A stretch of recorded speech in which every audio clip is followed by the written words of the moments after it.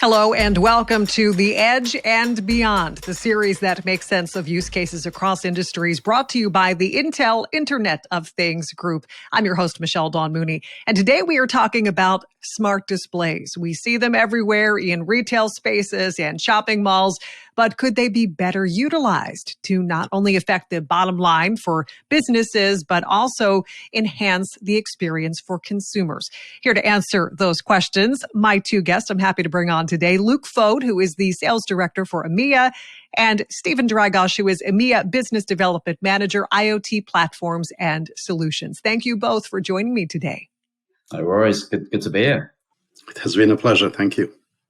So I'm excited as a consumer to talk about what we are about to dive into. We are all pretty familiar with smart displays in malls and retail stores that offer us pretty much a variety of information, sleek pictures, content, sometimes to help guide us and maybe entice us during our shopping trips. But when it comes to brick and mortar retailers fully utilizing this technology, there is a bit of a shortfall.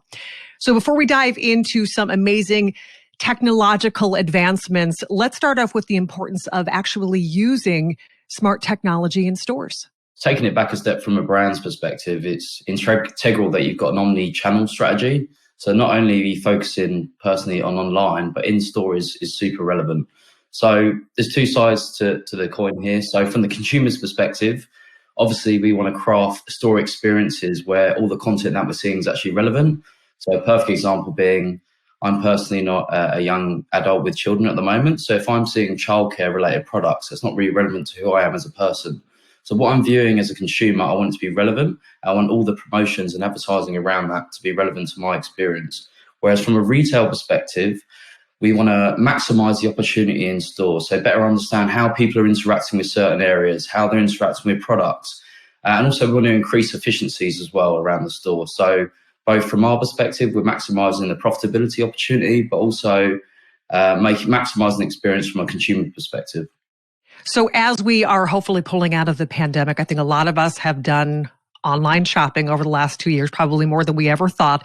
But the good news is we're seeing more and more people heading back out to stores and wanting to see those products in person. So let's talk about, from a buying perspective, what are some challenges that physical stores are now seeing, and how can smart technology help?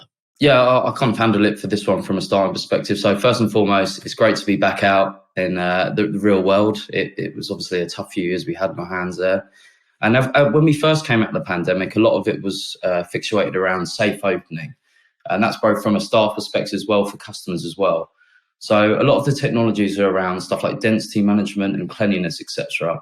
Whereas now we're moving out of the pandemic, thankfully, and our approach to it is being a lot different to what we first experienced as well. So instead of just focusing on cleanliness, etc. of stores, what we're aiming to achieve is to reduce that queue time. So on average, it used to be about 15 minutes.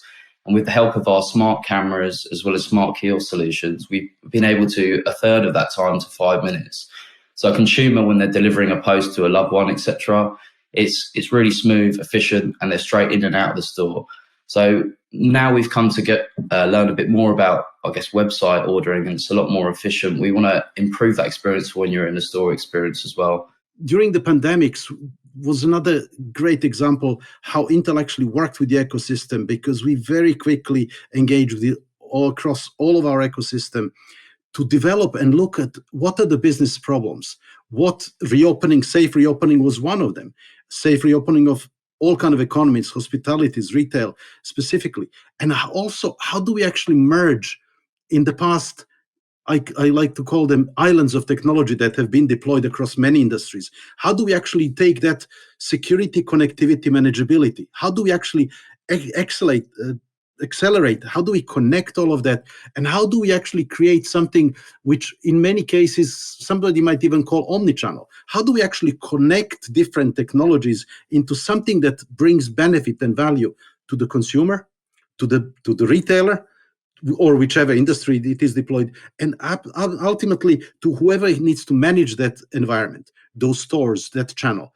And this is basically where Intel created a number of catalogs that we very quickly during the pandemics in the last 2 years created solutions catalogs of some totally new usage cases, like proactively monitoring and trying to prevent spread of the virus. For instance, wearing of the masks through technologies that we enabled and meldCX used and deployed, through actually being proactive and safe use of technology to pretty much in some hospitals, for instance, cancer hospitals, where it was very, very critical to monitor the distancing, to monitor the mask wearing, where our technology and some of our products like OpenVino being free toolkit, open source for optimizing development of AI inference models. How do we actually help customers, ecosystem partners that we work with to actually use and deploy? And as Luke, you just mentioned, in the post office, that's a perfect example. It's not about replacing the humans. It's actually automatizing, making it safer, making it easier and more efficient, the human interaction. And how do we actually make a lot of these industries and new usage models? For instance, it's always in the past been online, offline, but during the pandemics we have seen a massive push on merging online and offline, and that actually drove to some new usage models. For instance, before pandemics, curb collection almost did not exist, and now it's in many retailers or many kind of industries seen as a default usage model or type of user experience that is expected and benefits to both sides. So let's talk about that. When you are referring to, Stevan, the physical interaction and in person, let's talk about the vulnerabilities there, though, because I feel like a lot of people, when they are behind their computers and they're ordering online, still there are some concerns with regards to privacy. But when you're in person, there's talk of smart technology being used to kind of monitor and even mimic in certain ways some of the actions that are going on in the store. Some retailers and consumers alike may feel like it's a little bit too much Big Brother watching. So what's the solution there? So from Intel's side, Intel is incredibly focused on complying and fulfilling and even driving a lot of GDPR, which is privacy issues. So whenever we talk about screens and intelligent screens, there is a very clear determination between detecting the audience, detecting the age groups, detecting the environment. Is it raining or is it sunny? Simply because maybe messages on the screens for ice creams or umbrellas will in real time change, versus recognizing. There is no any recognition without consumers, without people opting in. Opting in could be done through loyalty programs where you might have the app on your phone or something. And this is effectively extending the technology solutions that basically screen communicates with self-check-in terminal, with the advertising on the screen, with the barcode which is advertised on the screen, but also connects to one-to-one advertising that either brand or retailer drives through the app that you might have on your phone. So there is no any recognition of the people unless people opt in first. So Intel is very clear on that. The intelligent screens are meant to recognize who is it in front of the screen, what kind of commercial, which again is predetermined by the brand, by the marketing divisions of the advertising companies. What product, as Luke mentioned, child products or baby nappies, for instance, versus time of the day, who is the audience, what possible age group.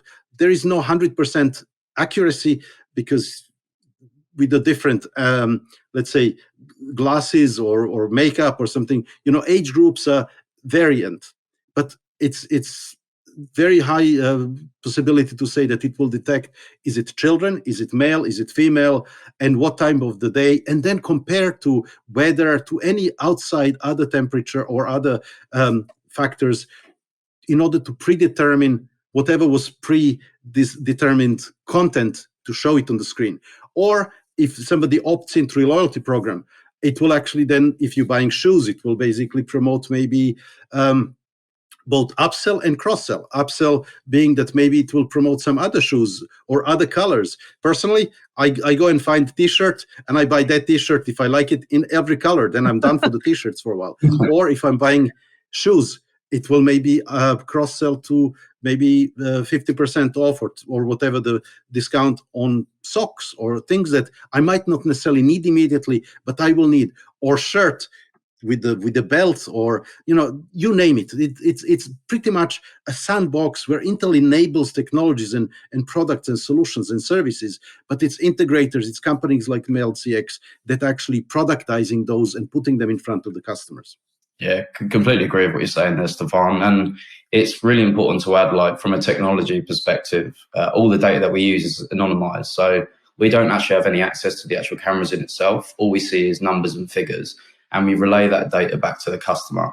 It's also really important to mention as well that we're GDPR compliant. So, for example, a lot of our bigger customers in some of the banks and financial industry. So security is really paramount for everything that we deliver to a customer experience perspective. So yeah, what Stevan was saying, rather than mapping an individual person, what we're trying to do is aggregate the data across different multiple groups. So then we can try and define trends, as Stevan was saying, with his multiple t-shirt buy. That would be a marketer's dream by the sound of it there, Stevan.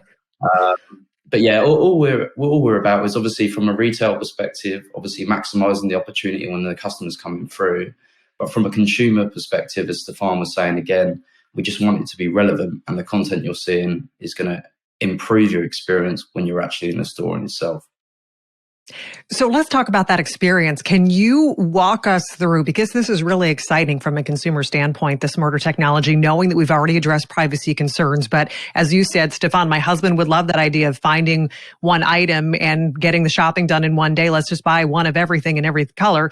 But how does that actually work? Can you walk us through a scenario as a consumer walking in? How does the new smart technology go with what they're experiencing from when they walk in the door? So in a previous life, when I was at a telco company, I used to look after the New Zealand market. And one of my largest clients was actually a shopping mall. And they came to us with a really interesting proposition. Rather than just doing people counting and security, they wanted to have a better sense of who the customers that are coming through, and obviously targeting their content more effectively. So what they found, which was really interesting, is on a Thursday morning, they had an influx of young mothers coming through the shopping mall.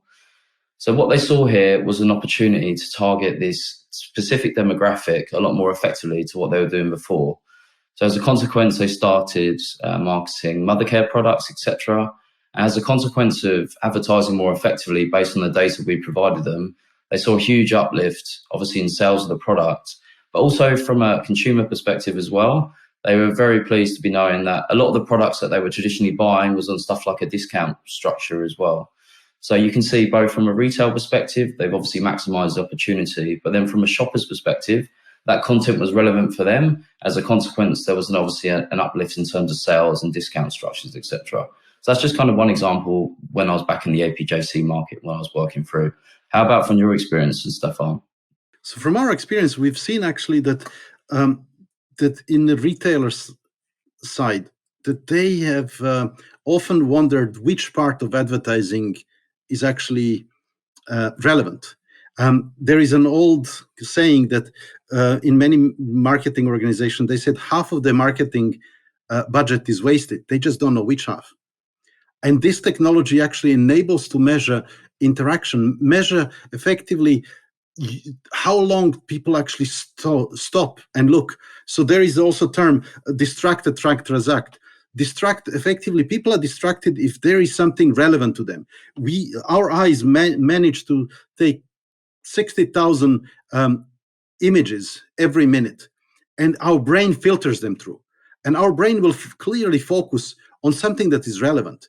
We are all the time, when we are in the shopping mall, we are bombarded with messages, advertising, talks, noise, but we are filtering them through.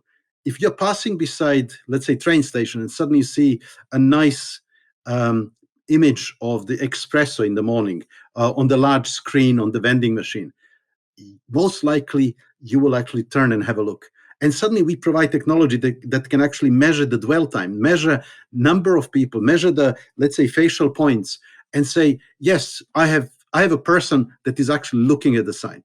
Then it says, and I can see that that person is spending 20 seconds, 10 seconds. It depends what kind of product is being advertised, what kind of content is there. So by measuring the dwell time, by measuring the interaction and then maybe even connecting it to the sales out data, if it's in retail space, you could actually provide information about effectiveness of the advertising, which marketing material is relevant to the consumers, what actually kind of tips the scale.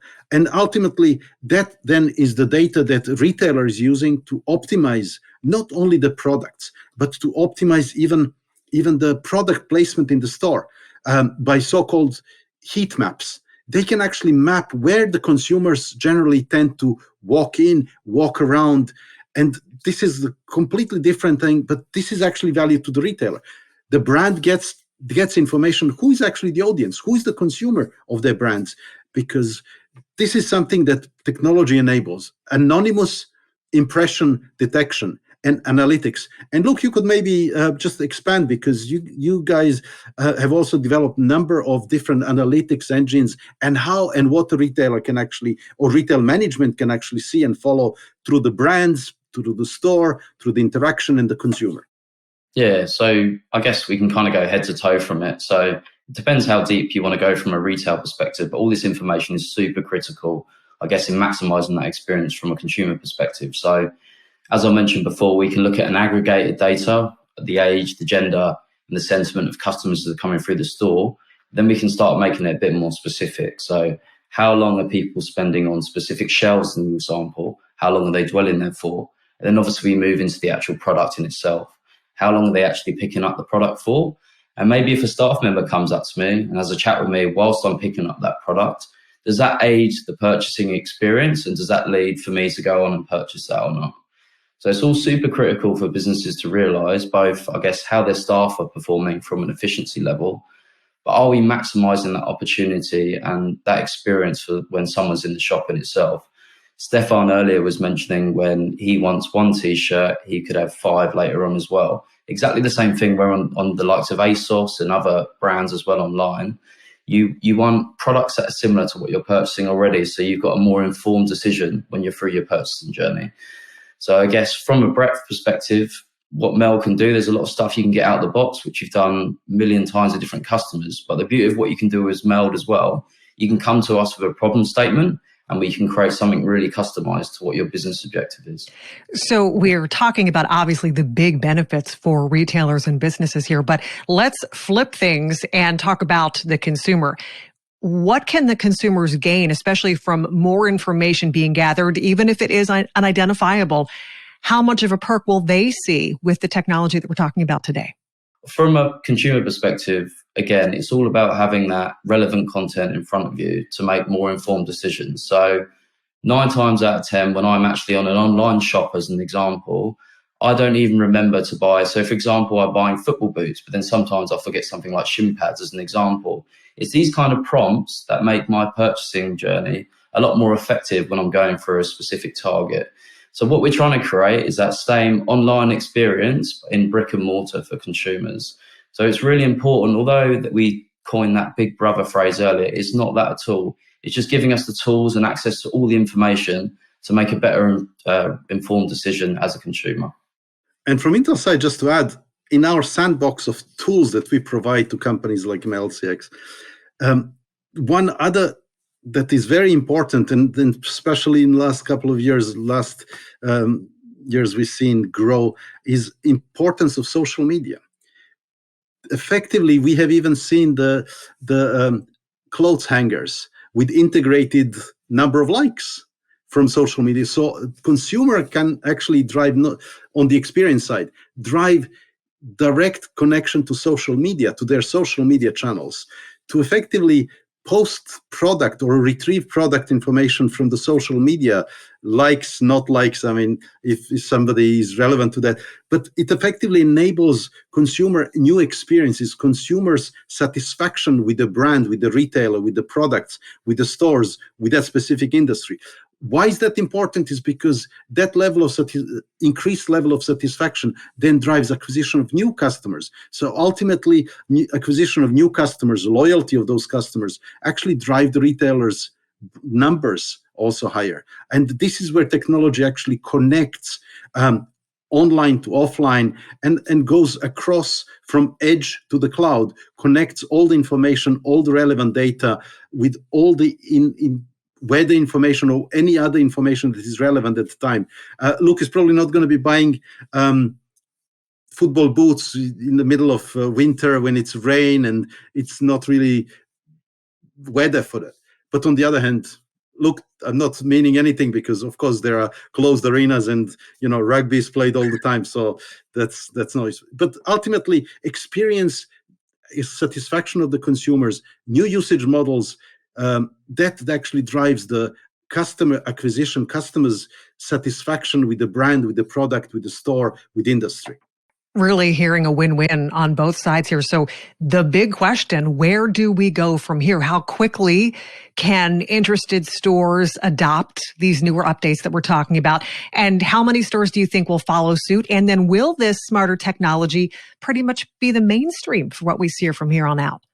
If I maybe kick off this, it's not where we go there, because the train has left the station a long time back. It's effectively the trend that we've seen across many industries.